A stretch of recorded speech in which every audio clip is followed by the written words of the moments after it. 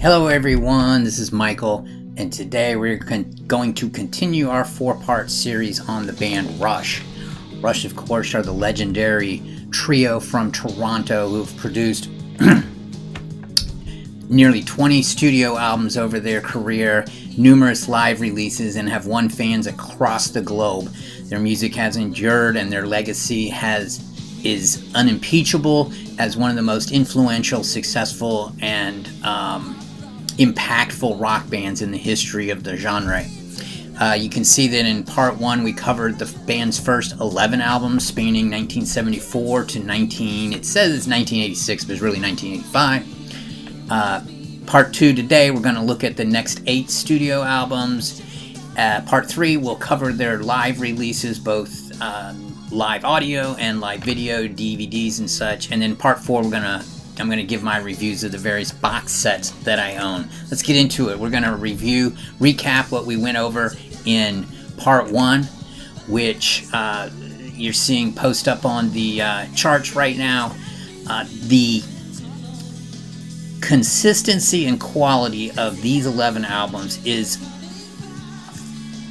I would guess, unmatched by any other band that I'm aware of in terms of just volume, consistency, and quality. If you look, they released 11 albums over a 11-year period. So basically a single album for every year, and virtually all of them rate as 80 or higher, which on my scale here means outstanding. So every single album over a decade period is basically outstanding or true classic or nearly perfect. It's a just stunning accomplishment, and the legacy of the band, in my opinion, is captured mostly in those 11 albums. I'm not saying that what we're going to look at moving forward has no impact or no legacy to it, but I feel like most of the band's impact occurred during this time period.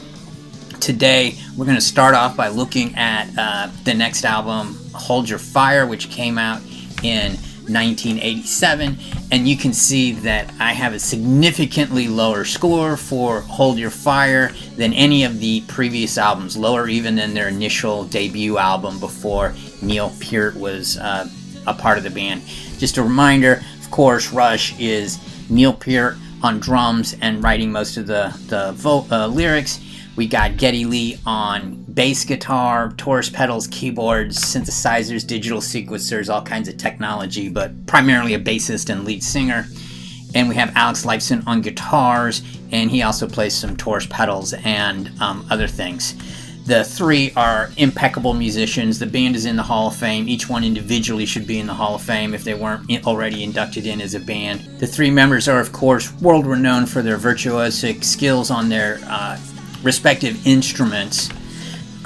So anyway, getting back to Hold Your Fire, I will say this: after Power Windows, you can see I thought very highly of Power Windows, and I was really excited about Rush again. During the period of after Moving Pictures and Signal's Grace Under Pressure, I had kind of lost my passion for the band because I was into a lot of other heavy metal, heavier music by younger bands, by harder bands, by more kind of metal bands.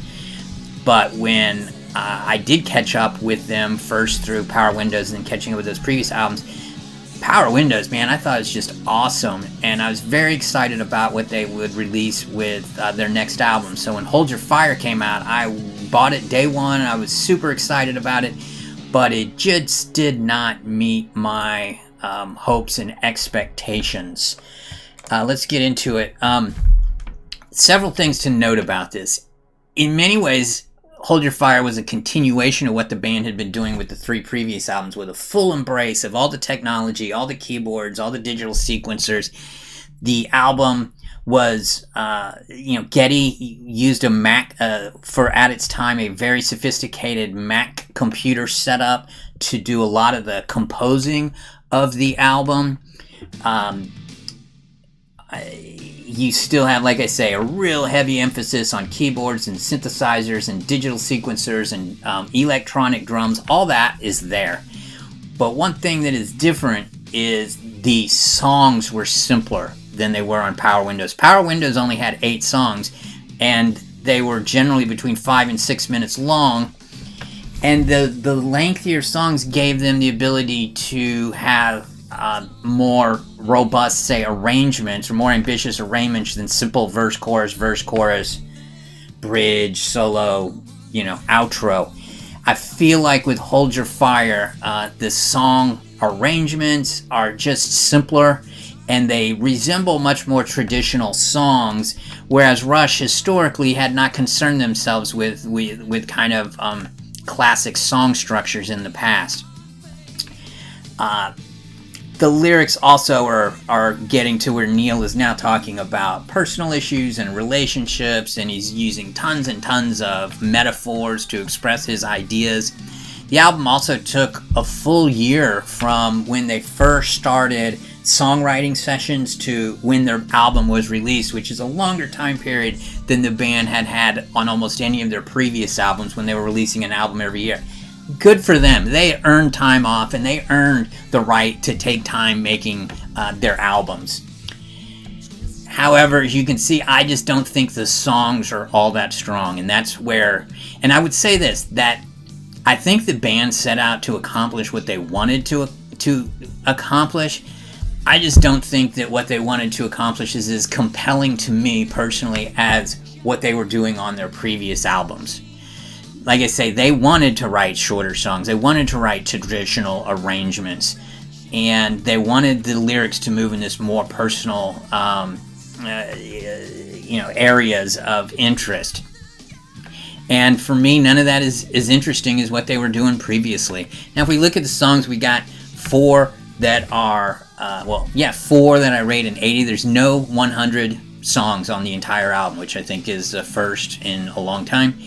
And we have our first 40 that I think we've had since either the first album or Caress of Steel, the second album. I mean, not Caress of Steel, Fly By Night, the second album. And then we have a bunch of 30 songs, or 60 songs, which is 3 out of 5 stars. Force 10 starts the album off in pretty good shape. It kind of reminds me of a lot of a Power Windows song. The electronic sequence drums are prominent right at the very beginning, at the intro. Time Stands Still is kind of a very popish song for them, and it has vocals by outsider Amy Mann, and her feminine vocals kind of adds a dynamic that had never been present in Rush. I think it was a good decision to add her, and I like that. Just think the song is just meh, it's not super great.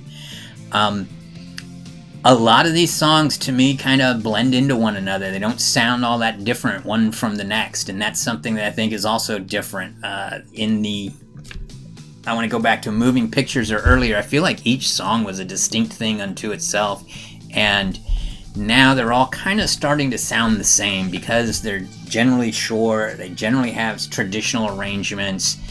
Geddy's voice is a far cry from what he was able to do in the 70s when he had that high-pitched shriek, and he was basically screaming on a lot of his albums, which I liked. It was powerful. Now he sounds like kind of a nerdy college dude or middle-aged guy, and his vocals are just not as compelling, which becomes an increasing problem for me personally in my fandom. So, I mean, it was disappointing to me when it came out, and nothing has changed since then to change my mind on the album. I rate it, like I say, as a 66, I think is what we called it, which is, it's still a good album. It's not terrible. It just doesn't live up to the legacy or it doesn't live up to the threshold the band has had established previously. Hold Your Fire was Rush's 12th album, and they continued a pattern they'd established from early in their career. In their earlier career, they had a live album after their 4th studio album. They had released a second live album after their 8th studio album, and now after their 12th studio album, they released a 3rd live album called A Show of Hands. They also took a little bit of time off after the between Hold Your Fire and the tour that followed it. They always toured. And the release of their next album, Presto, in 1989. In that time, there were a number of changes that had taken place. They were no longer on, was it Atlantic Records? Yeah, they were no longer on Atlantic Records, and I'm sorry, I got it completely backwards. This is their first album on Atlantic Records, and they were no longer on Mercury. like I say, they had taken a 6-month break where they just didn't do anything together for a while, and they hadn't done that in a long time. And they made a conscious decision to start scaling back the use of technology. They wanted fewer keyboards, fewer synthesizers, not as many strings and orchestral flourishes, if you will. Also, they transitioned from instrumentally driven compositions with lyrics added to now lyrics driving the compositions, meaning the lyrics were the first part and then the music was built around the lyrics or on top of the lyrics, which is a change. Normally it had always been that the Geddy and Alex would come up with the music, Neil would take the music and write lyrics to him. Instead, now Neil was writing lyrics and then Alex and Geddy were writing music to the lyrics. So this is a pretty significant change, and like I say, they wanted to get away from the technology, and they also continued to be writing simpler, more traditional songs. So traditional arrangements, no 10-minute epics, no sidelong epics. I don't think we even have a song that logs in at more than, say, 5.5 minutes here. So it was a pretty significant conscious change and reflected a lot of things about the band. I was not optimistic when it was first released. I thought, Rush is kind of past their time, but I like it. 74, you can see that's halfway between a very good album and an outstanding album. I like Presto significantly better than I liked Hold Your Fire. And part of it is that they just got more songs that are better, in my opinion. The songwriting is better. You can see the album kicks off pretty well. We got 3 consecutive songs that rate as at least an 80, which is 4 out of 5 stars. Show Don't Tell. I feel like this became kind of the template for the traditional Rush song at this point in their mid to late career. It combines some pretty advanced musicianship. They rock out a little bit on it. You get a lot of Neil's lyrical takes, and I feel like it's kind of that mid to fast tempo rocker that they would use quite a bit on most of the songs that I like. It was when they got away from that I tend not to like things. Chain Lightning is one of the underrated songs in the band's catalog. I absolutely love that, especially like that guitar on that, and then the guitar solo by Alex Lifeson in it is really cool. I think it's a unique song in the Rush catalog. Big fan of that. The Pass is a really good example of how lyrically the song was composed. You can tell that is like a traditional song that like you would get from a singer-songwriter. An area Rush had not really pursued that often in the past, and in my opinion it represents what they were really trying to go for, where it's a song is the focus, not banging away on the drums or going crazy on your instruments. That is a song, and it's a great song. I like that song, and of course it's about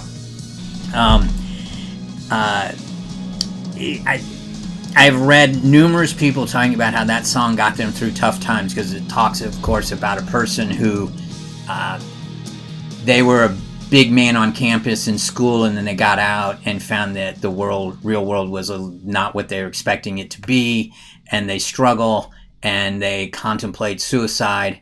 And I've read numerous testimonies from people who quote this song as helping them get through tough times. And I think that is a testament to Neil's mature songwriting at this point. Now, after that, we get a little bit of a drop here. Warpaint, Scars, Presto, and Superconductor are all kind of generic songs for Rush at this point. None of them really stand out to me. I kind of like Scars. Scars, if you talk to me after a drink or a smoke, might say that's an 80s song. Anagram from Mongo is really interesting, and it's a good example of Neil's playful lyrics where every line is an anagram. And I think or includes an anagram, and I think that that's really clever, and he kind of considers it to be a cheap trick, but I thought it was pretty smart. Red Tide, another very underrated song in my opinion. I love the urgency of that song.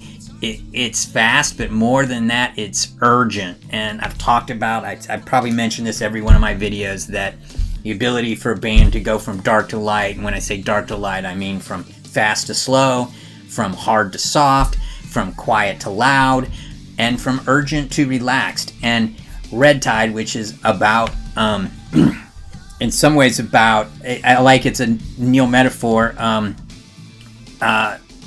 it's about the AIDS epidemic and also about global warming and what's going on there, and he kind of mixes the metaphors for those, and it has this urgency to it, like, hey, we need to act, we need to do something now. And I love the way that the music reflects his lyrics, that the message he's trying to deliver in his lyrics. Hand Over Fist is actually pretty cool. I like that. And then Available Light is kind of like The Pass in that this is a song, and I like it. It's a slow song. It's almost a ballad, and yet it still has enough going on musically to keep your interest. So I like Presto. I think it's a good effort. And after that, it's kind of like, I like Presto. Maybe these guys can settle into, clearly they're a different band now than what they were either in the early 80s or obviously back in the 70s, but that didn't mean that they couldn't continue to put out great albums. And so it was a little disappointing in 1991 when they put out Roll the Bones, and I give this a 59, which is a pretty low score. It's good. It's not great. Not a lot of classic Rush songs on it, and in many ways, I think this is when they start struggling to deliver what I consider to be compelling music. I think that they accomplished what they wanted to accomplish. I just don't think that what they wanted to accomplish is that interesting. And that's where my feelings about the band changes probably from this point forward.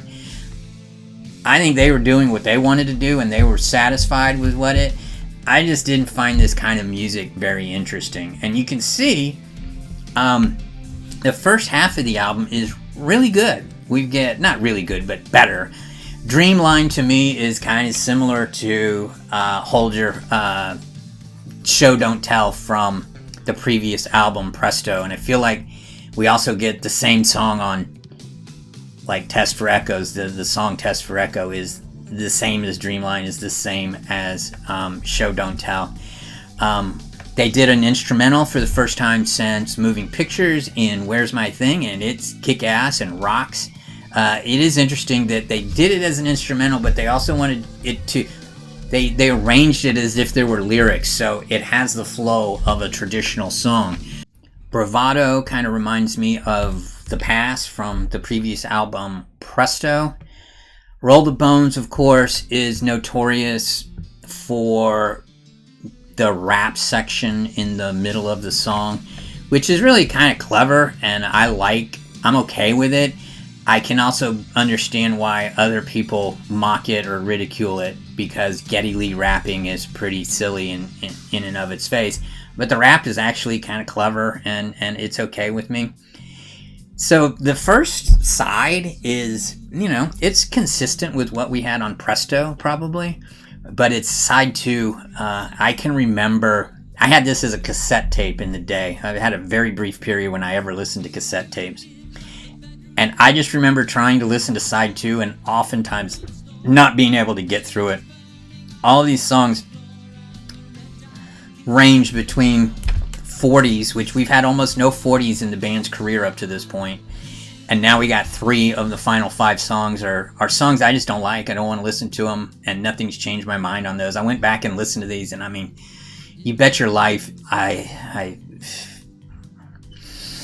and Neurotica's, I'm surprised I gave that a 60. I don't really like that song that much. So at this point, the band, from my perspective, I'm like, I don't know if I'm a fan of what these guys are trying to accomplish anymore.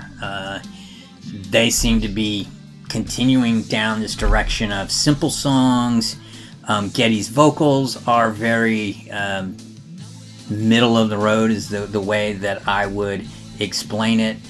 Now, I will say that they continued to get away from the technology on this album, so they didn't have any synthesizers or sequencers or any of that as part of the composition, so they're composing on guitars and drums. And Neil was using electronic drums less than what he had in the past. Now, this album did reach number 3 in the US, and it was more successful than either Presto or Hold Your Fire had been. So for the band, it was kind of a rebound in terms of their fortunes. I'm just not a huge fan. After Roll the Bones, the band again took a little bit of time off, and they weren't on that treadmill of recording, go tour, record, go tour. They were giving themselves a little bit of time, not a ton of time. I mean, like I say, there's only 2 years between Presto and Roll the Bones, and then it was only it's only 2 years. I thought Counterparts came out in 94. It's only 2 years when Counterparts came out, but I do remember reading in both Neil and Getty's books that there was time there for some time off. Now, Counterparts came out in 1993, and this continued the band's movement away from keyboards and technology and towards simpler songs. This is the most guitar-oriented album that they've had probably since Hemispheres, I'm guessing. Maybe Permanent Waves. You also had producer Kevin Shirley, he was the first time he produced Rush, and he really urged the band to get rid of all that stuff and start playing, guitars and drums like they used to. He insisted that Alex Lifeson get out of the control booth where he had recorded most of his guitars in the past and play in the studio and be properly recorded. He also wanted a lot of analog recording. Geddy Lee writes in his book about how they couldn't get a proper level from a drum mic, and in the past they would have just kept fiddling with the knobs until they got it right, and Kevin Shirley went out and took the microphone and moved it farther away from, I think it was a hi-hat microphone. So, I give the band a lot of credit. They allowed producers and outside guys to come in and give them feedback, and they accepted the suggestions and took it. But as you can see, I'm not a big fan of this album. While I like the idea of them being revisiting their hard rock roots and making a guitar-oriented album, I just don't like the songs that much. And again, it gets to them, what are they trying to accomplish, and it being a different thing than what I really enjoy. I know that a lot of Rush fans, I can remember at the time, people that I knew that were Rush fans were like, dude, you got to get this album, it's back to the way that they used to play music, blah, blah, blah, blah. And while that was true stylistically, in terms of the quality of the songs, I'm just not a huge fan. And the issue is that we have some good songs. I mean, look at this. We got Stick It Out, Cut to the Chase. I'm surprised I have that as an 80, I gotta say. Between Sun and Moon I like, Double Agent, Leave That Thing Alone, another instrumental. So instrumentals on 2 of the last 3 albums. No, 2 consecutive albums. But we've got 3 songs still. Nobody's Hero I don't like. Alien Shore I really don't like. And The Speed of Love I can't actually remember right now. But none of those songs are notable. I don't like them. I don't want to hear them. So we got 3 songs that are, only 40s. Another 3 that are only 60s. Now we do get 5 songs that are 80s. So there's still some quality in there. But the consistency and high quality that we enjoyed throughout the band's, 70s and early 80s period is now a thing of the past. This is 3 out of 4 albums that don't even rank as high as a 70, and the band, from my fandom, just speaking for me. By the way, I always forget to show my shirt. I always am wearing a shirt reflecting the band that I'm looking at, and I always forget to show it. So anyway, you add it all up, and it's a 3rd consecutive release that doesn't reach as high as a 70, and so, it's still good. and I don't want to dismiss good, okay? There are a lot of bands that I like thoroughly who lived right in that good. I think of bands like Cheap Trick and Blue Oyster Cult, and I could name a dozen or 15 other bands that basically produced anywhere from, let's say, 4 to 10 albums in that 60 to 70 range, and I'm fine with that because I like good songs. I like good music. It's just Rush had established a level of quality so high that good in comparison to, you know, outstanding or perfect or classic is you know, it's a little disappointing. Now, after that album, Counterparts, Test for Echo came out in 1996, I believe. Yeah. Ooh, and you can see I've got a low grade on this. There's many things notable about this album. First, it was recorded in America. The band had never recorded in America. It was recorded using American engineers, which they had never used. Between Counterparts and Test for Echo, Geddy Lee had devoted time to reestablishing his marriage. While he had been married and hadn't been divorced, he and his wife had grown apart, and they made a commitment to each other to renew their relationship, which anybody that can't applaud that and root for someone who has given so much of himself to fans over the previous 20 years, good for Geddy.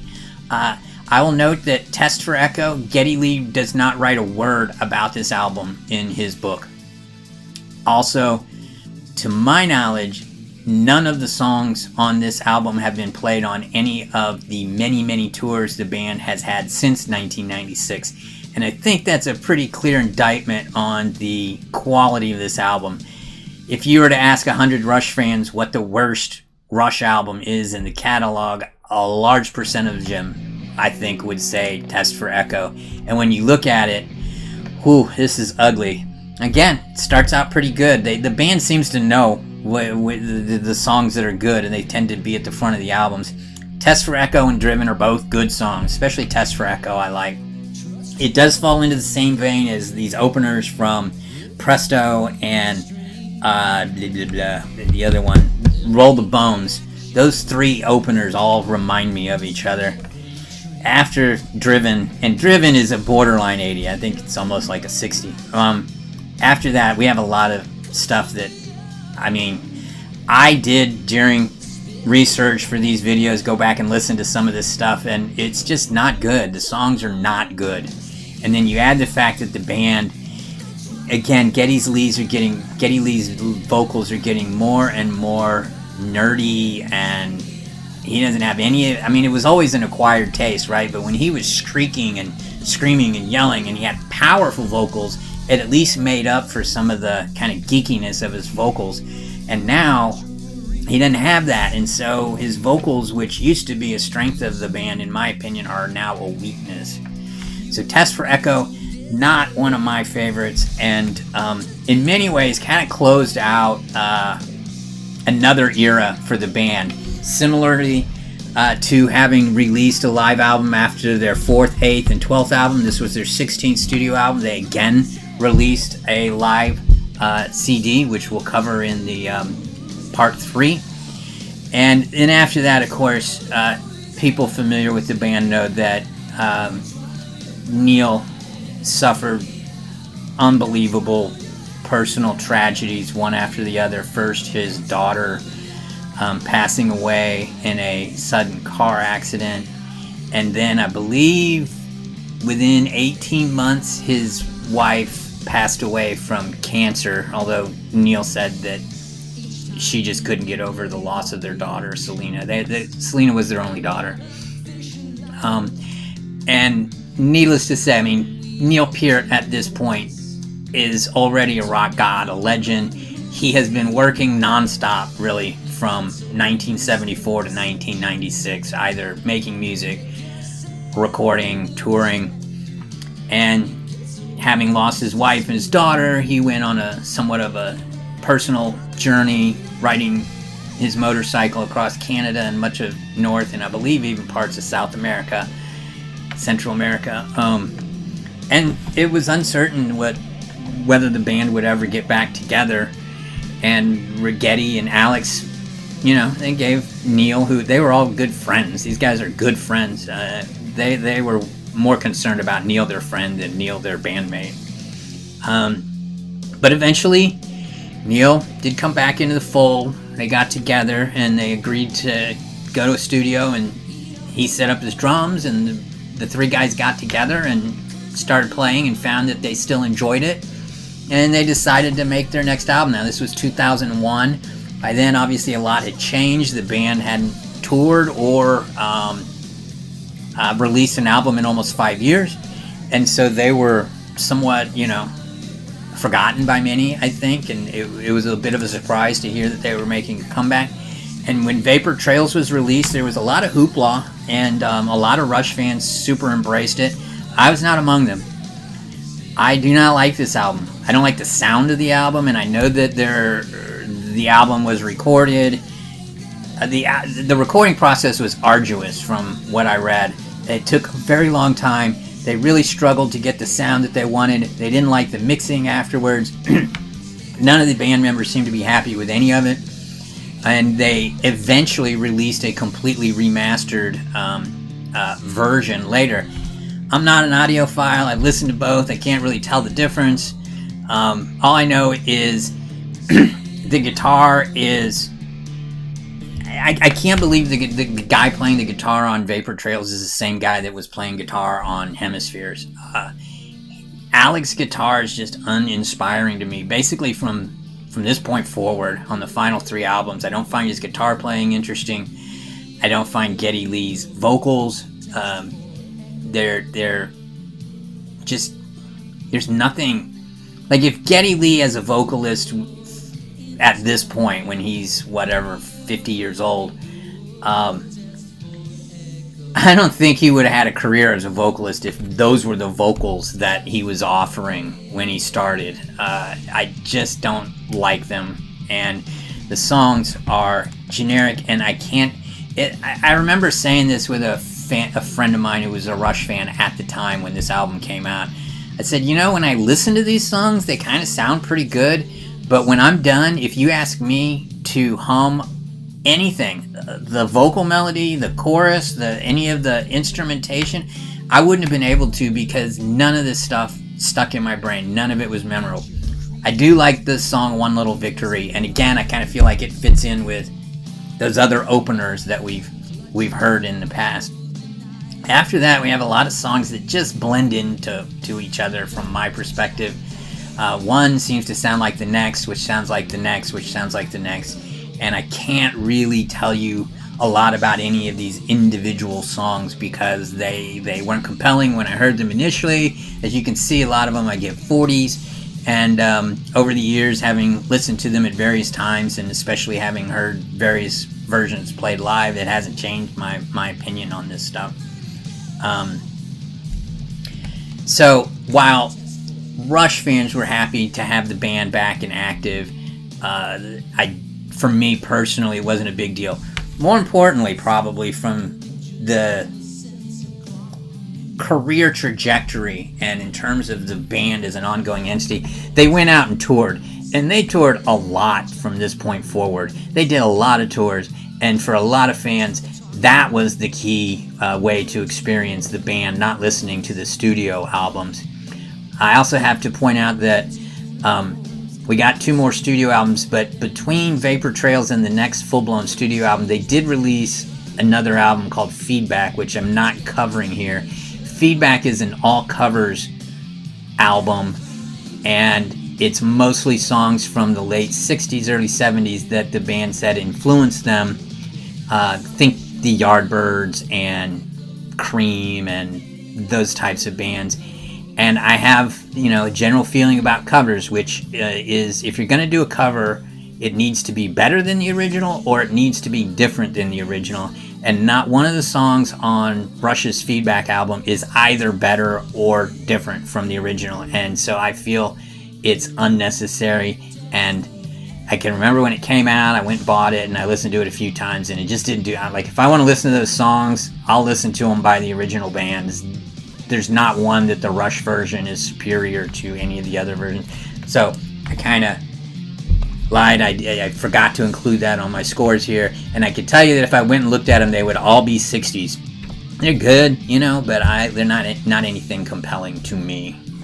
One last thing I want to mention about vaportrails. I remember reading that Alex Lifeson at this point was against guitar solos, and that is indicative of how what he's doing on that album just doesn't sound like what I remember Alex Lifeson's guitars being able to contribute. Even in the the 80s, when his guitar was kind of secondary to the bass and keyboards that were going on, I still found the guitar parts really interesting and compelling on those albums, but not so on Vaportrails. And the idea that he doesn't want to play guitar solos anymore, I don't get that. I know that guitar solos lost their luster, and that in the 90s it seemed like you couldn't find a song that had guitar solos, and by the 2000s they were pretty much eliminated from heavy metal music. It was all riffs, and that never made sense to me. Why would you not take advantage of being able to use part of the canvas that's available and that had been used to such great effect throughout rock history? It'd be like saying, yeah, you know what,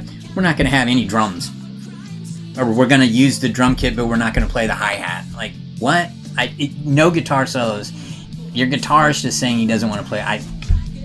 Sorry, I'm ranting here, but it's indicative of how what the band was trying to accomplish doesn't make sense to me. Now, like I said, they toured in support of Vaportrails, and were embraced lovingly by not only their fans, but at this point, Rush had kind of become cool again. They were starting to show up, especially by the time the next album came out, which is a full 5 years later, Snakes and Arrows. You had the movie, what was the name of the movie? I got it on my notes here. I Love You Man was the name of the movie, and Rush, it's about two guys, their relationship, and one of them is they're big fans of Rush, and Rush is a core element of that movie. So a mass, Hollywood movie where Rush is a core element, and they had their first television appearance in like 30-40 years on Stephen Colbert's show. You had Simpsons episodes featuring Rush. Not Simpsons, South Park episodes. And when the band would tour, they were now, greeted as, reigning rock gods, as they should have been all along. And they were by their fans, but now it was, their fans essentially had grown up and were now movie producers and actors and captains of industry. And so the fans that loved them when Hemispheres came out in 1978 are now able to show their fandom in many more ways, and so Rush in a way became kind of cool, and good for them. They earned it, they deserved it. I'm happy. Having said that, Snakes and Arrows doesn't do anything for me similar to the 3 or 4 more previous albums. You will see that there are 3 80s on here. All of them are instrumentals. They got 3 instrumentals. 1 is a full-blown instrumental, and 2 are really guitar solo pieces. They're the best songs on the album, which I think is an indictment on the quality of the actual songs. And similar to my feelings about many of the songs on the 2 previous albums, these ones that are rated 60s and 40s, I can't tell you much about them. They've never distinguished themselves to me. I know that a lot of fans like, Far Cry. I know that that's been was played live on numerous tours. Armor and Sword, I know a lot of fans like. Working Them Angels, all 3 of those show up a lot on people's, people who like the band. And just not working for me. The band did have a much more relaxed attitude towards both the recording and songwriting of this, and took their time. It's interesting to me, the best song on the album, Malignant, or I guess the main Monkey Business is probably the best song, but Malignant Narcissism was just a throw-in at the end. It was recorded after the album was recorded, and they had actually started to break down Neil's drum kit, and he used a very stripped-down drum kit to record it on the last day, and it's one of the better songs on the album for me. Again, toured in support of this, lots of touring, fans getting fan service on the tours. The tours now no opening act. They would have an intermission, and so the band would play in total a good 2.5 hours, 2 hours and 45 minutes, which gave them the ability to play, cover many songs from the earlier days as well as the more recent albums. The band is doing well and enjoying kind of the fruits of their labor from early in their career when they were working their asses off and never stopped. Now, 5 years later, we do get Clockwork Angels, and this is a full-blown concept album. Now, Rush had never had a full-blown concept album previously. They had concepts like Hemispheres, which had 20 minutes one side of an album combined with 10 minutes from a previous album. 2112 is only one side of a record. It's not a full-blown concept album.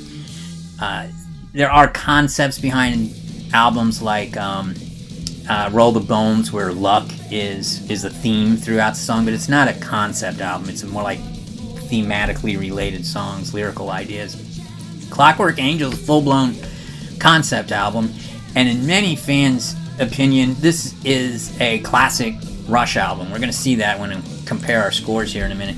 Again, just doesn't work for me. I love Caravan, the opening song, but I also think it's interesting. Caravan was released as a digital download, I believe, a full 2 years before the album came out, and the amount of time it took to compose, write, and record Clockwork Angels, I mean, it's like 2 or 3 years, when the band used to knock this stuff out in, 2 or 3 months. And I just don't think the songs are that good. Again, I can't distinguish many of these, and I really tried to like this album because so many Rush fans embraced it. And it is better than Snakes and Arrows or Vaportrails. It just lacks those highest highs. Like, outside of Caravan, none of the songs really resonate with me. Even Headlong Flight, I give it an 80 here, but it's kind of more like a 60 in my opinion. So, for me, when we go and look at the career, that's why I broke part 1 off after Power Windows. As you can see, this era is just non-stop excellence. It's uninterrupted excellence from 1974 to Power Windows in 1985.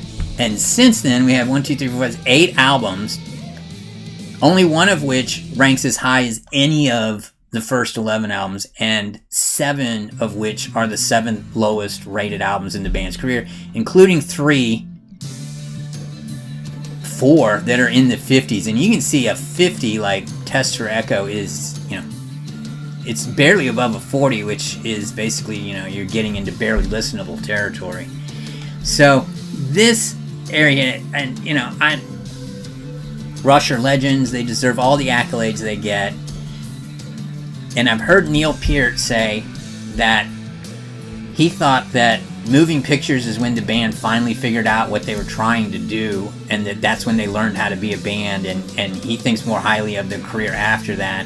And I would argue that the vast majority of fans would disagree with that, especially the fans that were there in the 70s and or 80s, as opposed to fans that came on in the 90s. I do think it's very cool, though, that a lot of young people did embrace Rush, and a lot of kids of Rush fans ended up becoming Rush fans. Alright, so this is my feelings about the band. Let's take a look at how others feel. I've mentioned before that Progressive Archives is my favorite music site on the interwebs, and we see with the red line here, this is the aggregate score for each of these albums that you would find on the Progressive Archives site. And you can see a real clear pattern here. Early, I think more highly of every Rush album than the aggregate on Progressive Archives do. And there's a simple reason for that, is that it's a combination of 2 things. One, my scores are very high, and it's almost impossible for an album on an aggregator site to have a score like 99, because that would have to have everybody agreeing that this album is basically perfect, and you can't get 100 people to agree an album is perfect. You'll know that these scores are still really high.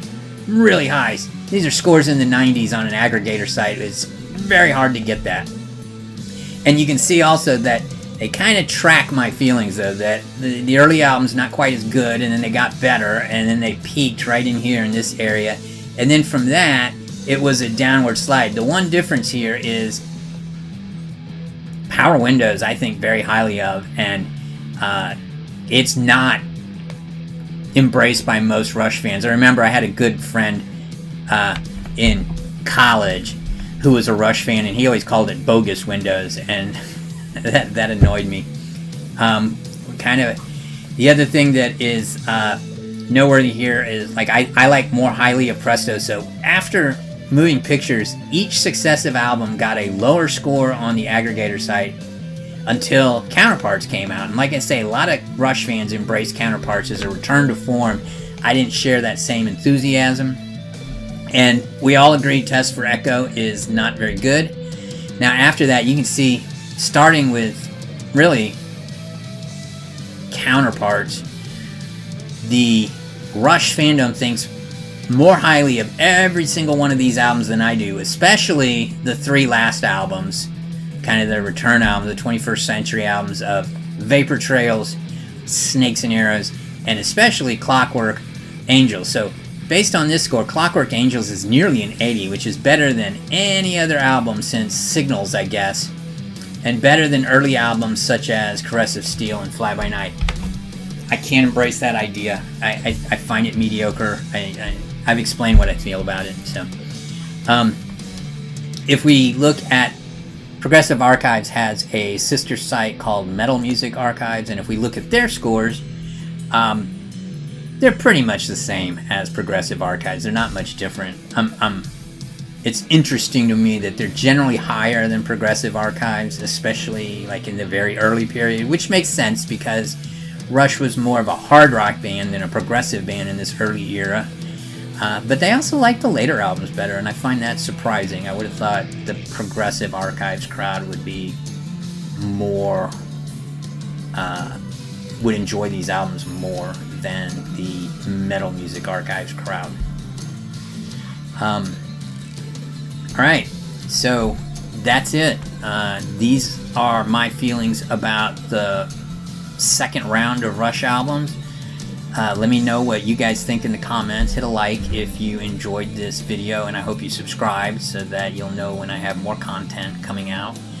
And I appreciate your time. I enjoy the fact that anybody watches my videos, so thank you. I'm out.